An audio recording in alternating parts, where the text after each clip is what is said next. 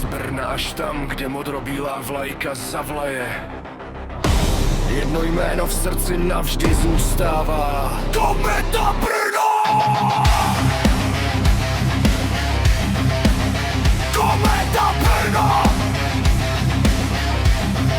Modrobílý! Divize Praha! Divize Jedonice! Divize Kometa! Divize Březina Bukovinka! Divize KFUB!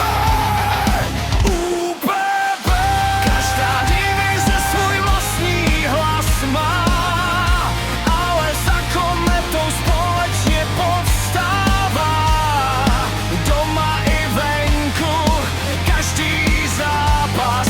Modrobílý národ je slyšet v nás. Kometa, kometa, modrobílá rodina. Kometa, kometa, jedno srdce, jedna víra.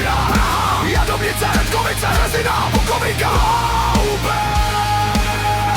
UBB.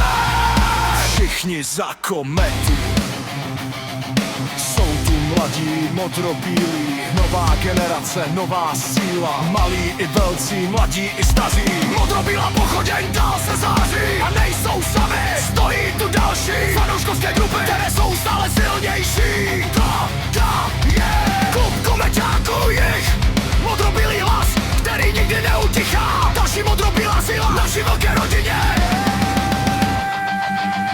Kometa, kometa, modrobílá rodina. Kometa, kometa, jedno srdce, jedna víra. Každá grupa, každý fanoušek, každá vlajka, každý člověk, když nastoupí naše Kometa, celý stadion společně zpívá.